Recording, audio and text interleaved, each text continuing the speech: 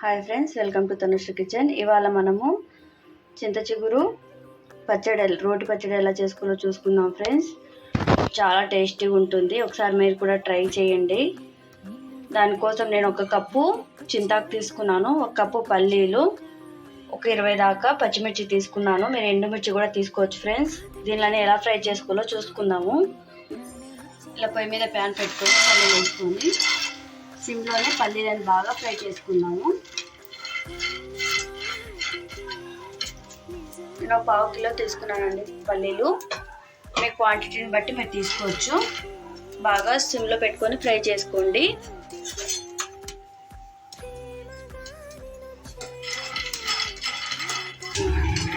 చూడండి ఫ్రెండ్, ఇలా బాగా ఫ్రై అయితే చాలు. సిమ్లో పెట్టుకుంటే లోపల దాకా బాగా ఫ్రై అవుతాయి.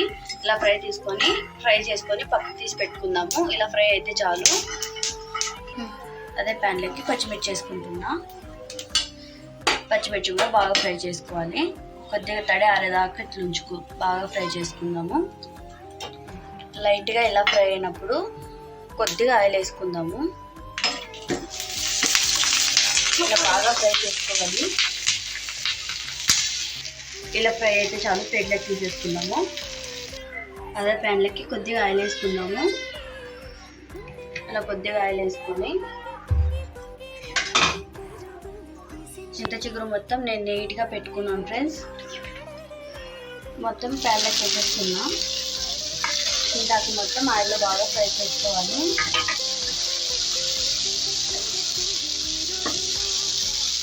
ఇలా మొత్తం బాగా ఫ్రై చేసుకుంటే మెత్తగా అయిపోతుంది. ఇది చింతాకు కొద్దిగా తక్కువ ఉంది కదా ఫ్రెండ్స్, నేను చింతపండు కొంచెం వేసుకుంటున్నా. పులుపుకి చూసుకొని వేసుకోండి మీరు. కొద్దిగా అందులోకి వేస్తే కొద్దిగా సాఫ్ట్ అయిపోతుంది తొందరగా. చూడండి, బాగా ఫ్రై అయిపోయింది కదా. ఇది కూడా తీసి ప్లేట్లోకి పెట్టుకుందాము.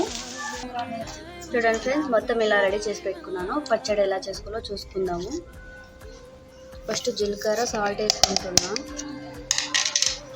జీలకర్ర కొద్దిగా బాగా మరిగేటప్పుడు వేసుకున్నాను.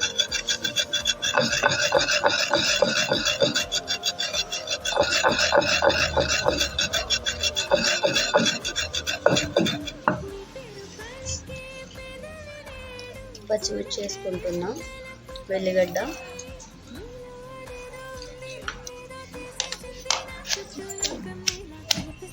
బాగా పేస్ట్ లాగా చేసుకోవాలి. పచ్చిమిర్చి మొత్తం బాగా పేస్ట్ అయిపోయింది కదా. ఇప్పుడు పల్లీలు వేసుకుంటున్నా.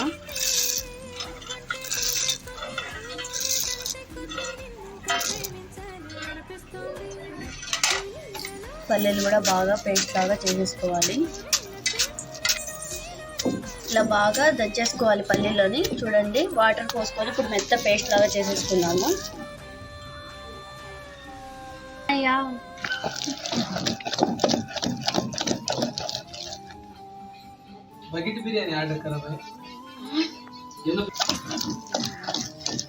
ఇలా బాగా పేస్ట్ లాగా చేసేసుకొని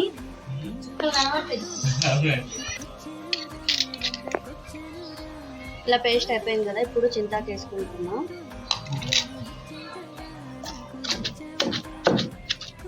చింతాకుని బాగా పేస్ట్ లాగా చేసేసుకున్నాము. చూడండి ఫ్రెండ్స్, బాగా పచ్చడి బాగా రెడీ అయిపోయింది. ఈ మాత్రం రెడీ చేసుకుంటే చాలు.